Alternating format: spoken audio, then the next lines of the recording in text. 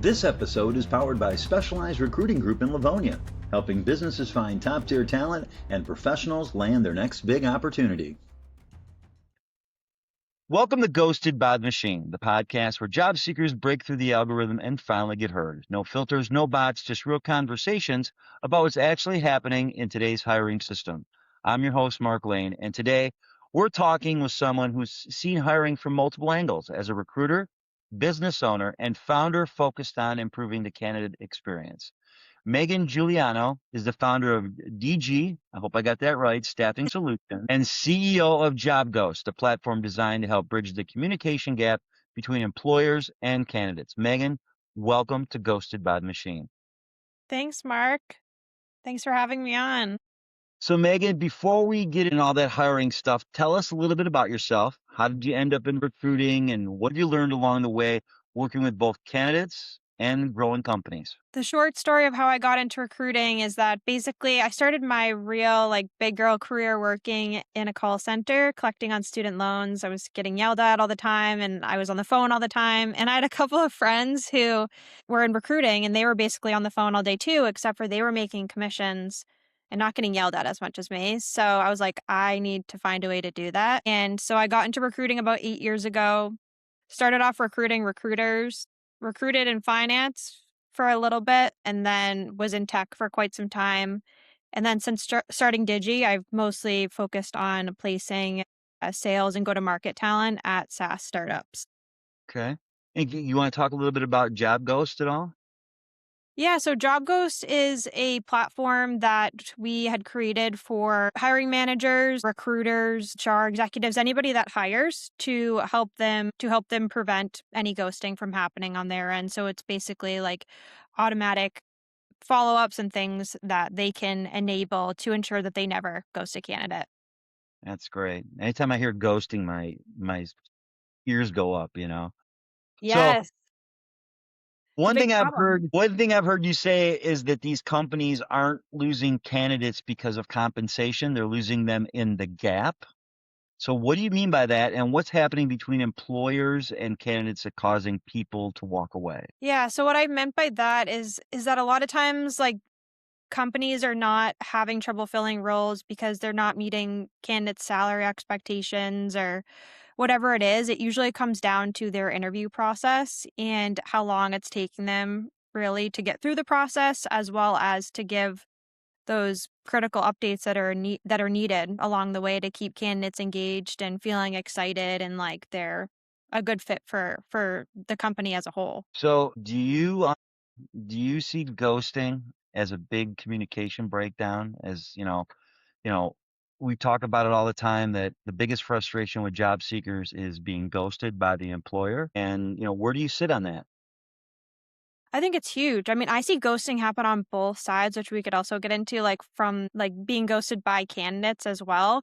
But I see I think there's a bigger issue on the employer side where both hiring managers and internal recruiters are ghosting candidates, unfortunately. And I think most people do not mean to do it. I think they just get caught up. They're super busy. A lot of people also are not taught how to hire very well or why any of that stuff really even matters. Also, of course it damages these companies' brands, but the problem is that a lot of times the person doing the hiring and the person who cares about the company's brand and bottom line are not the same person at the company. So if this got back to the CEO of a company and he really saw big picture how, you know, his or her hiring managers were ghosting candidates and how that was affecting their bottom line, he or she'd probably want to get involved, right? But it just doesn't necessarily trickle up to that level where people are not on the same page with that at all right now. We talk a lot about leadership and how they contribute to that. And like you said, there's that gap between them and the hiring department, talent acquisition, human resources. Is this something that will change, or is this something that we're going to have to deal with as we move forward in the job search? Hope not. I mean, I've been trying, I know you have too. I mean, I like my tagline says, it's something I literally will not shut up about. Right. I don't know. I think I think a great start to all this is people like you and I know there's definitely many others on LinkedIn and things who are just talking about the problem because like anything else, I think having some awareness is a really good first step. And then I think I think there's ways to definitely prevent this, to at least give candidates updates in a timely manner. I think that's the biggest piece to all of this, is that companies just do not communicate enough, or they just shut down, or they decide to just wait until they fill a role and then send out like some sort of mass communication to anybody that applied or was involved in the process. It's it's it's really sad because people they're losing everything. It's that's the sad part, is they're losing their they've lost their livelihood. They're losing their homes. They're losing everything. Marriages over this. I mean, the mental anguish that comes from ghosting is just incredible. I had no idea until I got into this. I'm sure you feel the same way, is that, these companies, they're being inundated, and you can't blame them all the time, because they're being inundated with hundreds of thousands of applications for these jobs. They post a job, and in 2 hours they've got 500 resumes to sort through, or applications. So something, is it AI? Is that the filter that's bogging all this down? Is it Indeed? Is it LinkedIn? Is it Job Recruiter? I love watching those commercials that come out and say, "Hey, we can get you a job like that." It's like, where have you been all my life? Yeah, I know. Or like on the hiring side too, I hear those commercials on podcasts and I'm just like, I don't think that tool works as well as they make it sound. No, exactly. I just shake my head, you know, and this is going to lead into the next question. AI is showing up everywhere in hiring. How do companies take advantage of the technology without creating an experience that's cold? It's not human. It's automated. It's disconnected. How do they take advantage of this great? It's amazing. AI is amazing. We all use it every day in everything we do. Mhm. But, I think they've left something out. Yeah, they have. The way I like to use I love AI too. The way I use AI personally is that I use it to take admin tasks and things off my desk so that I can give myself more time back to be Uh-huh. human with my candidates and clients. And I think that's the missing piece for HR, is that a lot of these HR tech tools that have come out for automation and things like that are really cool, and they should be using them, but they should be using them in a way where it allows them to have more time then to focus on the candidate experience and communication with candidates. It's interesting. I did an interview a couple months ago, and the girl was 10 minutes late for the interview. And while she's asking me the first question, here, tell me a little bit about what you think of the company while I get your information together. And I was like, wow. Now AI could have helped her right there. Well, before the interview, made sure that she was on time, and messaged her letting her know that. And then she could have had all my questions all put together through AI. Hey, this is his resume. What kind of questions should I be asking him about this or that? But 10 minutes late for an interview. I was like, I cannot believe this. Yeah, that's too bad. I mean, of course, once in a while things happen, but we all know that if it was the candidate that showed up 10 minutes late, they probably wouldn't have, they'd be, It, yeah. it was lunch. Yeah. She had a lunch meeting. I'm sorry, I got late. I had a lunch and I got late. Oh my gosh. But Yeah. yeah, I mean, I find that AI has helped me in everything I do. I'm writing an email. It takes a look at it to make sure that it's grammatically correct, or if I'm Mhm. doing a social media post, and make sure that this is in line with, my mission statement or whatever. But, I just think that AI, the tool for hiring, was put into place without them understanding how it can help them and how it can hurt them. It, Mhm. here we go. Yeah. Yeah, absolutely. I think the application process as a whole needs a lot of work, but even I think to begin, maybe just putting that on the back burner and focusing on the candidate experience itself. If we could just start on that, and in them making it a goal to keep candidates in the loop and get back to them, and not, because to me that's truly ghosting. I think like when you apply to stuff, a million things, and you don't hear back, that's horrible. Then that can get to you too. But I think the bigger issue to focus on is when people are engaged in the interview process, they should be hearing back from recruiters and hiring managers in a timely manner. Like, there should not be weeks going by without any communication. There have been several candidates I have spoken to who interview at companies and then they never hear back. Never. Like 3 months go by, never hear back ever. Just never knew what happened at all. And that to me is just like so strange. And it's like such an easy resolution. Like you could just, of course, it stinks when you get let down from a job and you don't get it, but you'd rather hear something to help close the loop so that you can move on rather than just like always be wondering what happened. Kind of like the dating process when you break up with someone. And why'd you break up with me? Even that feedback you get, the maybe we thank you for your application, but we found a different candidate. Okay, can you tell me why? Can you give me a Mm, little feed? That's the other thing that I find very, you name it, but most of the time it's, oh, you're overqualified, which I don't understand.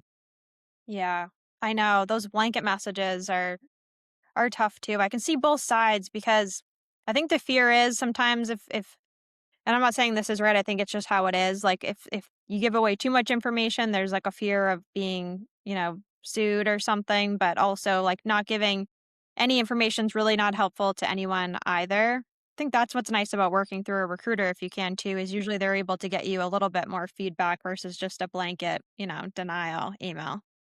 If I was looking for a job and I came to you, what type of what information would you give me or recommendations would you give someone these days looking for a job? It would go to a recruiter. Yeah, you mean what advice would I give as a recruiter? Yeah, as a recruiter, well, yeah, there you go. As a short form, what advice would you give me if I came to you? If I was looking for a job? Yeah, so these are some really simple, small things that I see all the time that are sort of like low hanging fruit. Have a few different versions of your resume and have some titles at the top of them. Again, you could have a few different versions depending on what you're applying for, but that's one of those things that really helps to make your resume pop and make it super apparent as far as what you're applying for, like what you're looking to do next. Because sometimes I might meet with somebody who's been in sales, marketing, maybe they've been a recruiter at one point. It's like I don't know exactly what they're looking for. So maybe they have a few different versions on their resume. Maybe they're open to a marketing role and a sales role. So maybe you have one copy of your resume that says a marketing professional, whatever at the top, and another one that says account executive, something like that. And then also put your LinkedIn at the top of your resume with your contact information and make it a hyperlink. There's so many times I see a resume that does not have a link to your LinkedIn, and that is super important. Also, you want to make sure your LinkedIn's optimized as well, but that's a whole nother Yeah, conversation. I've gotten a few contacts from people wanting to update my LinkedIn profile, but they were bots, so we won't go there. Got Not the scammed a bots. couple times. What what about dates for your resume? Is that important to put all your dates, or how many jobs should you have on a resume? Because, a lot of people that are older now are being told not to put all their dates on there and only put two or three of the jobs. If they've got a lot of experience, they want you to shorten it up. I've heard that. Yeah, I know. That's so sad. I'm just thinking because at least for me as a recruiter, I get to be the cover letter for the candidate and like explain to my client why you should talk to them. I also understand that when you're not using a recruiter applying for stuff, there's nobody doing that for you. So you need to, basically sell yourself as best you can to try to get that interview. Yeah. I think in general, keeping your resume to 2 pages is enough unless the jobs that you've held that would jump onto the 3rd page are relevant enough to what you're applying for, you may keep them on there. You kind of have to like use your discretion. But if you're just like including like that you were, working at a restaurant or that you were working in something else outside of the industry that you're applying to, you might keep it off just to keep it shortened up. Okay. Well, that's good. That's good information. And So, I think the dates do matter too. Sorry to interrupt you, but yeah, I would definitely do at least the years. You definitely want those on your resume. okay. So, if you could wave a magic wand and change one thing about today's hiring system or hiring process for candidates and employers, what would it be? I would oh my gosh, there's so many, I have to pick one.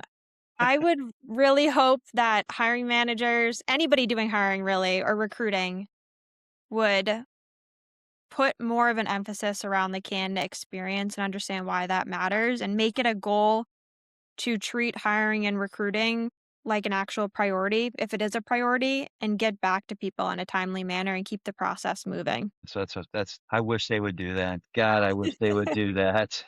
Then, well, maybe I wouldn't have a podcast, or I wouldn't be doing what I'm doing if that would be the case. But yeah, it's been an interesting last couple of years going through this process and meeting people like you that help people like me. And I think you've got great perspective. And I think that what we need more of is more people out there helping each other getting through this process. You Yeah. have a newsletter. You have a newsletter that you put out. Do you have a couple other things you want to talk about? Yes, one quick thing before we get into that it goes along with what you just said. You do such a good job at working your network and helping others without asking for a ton in return.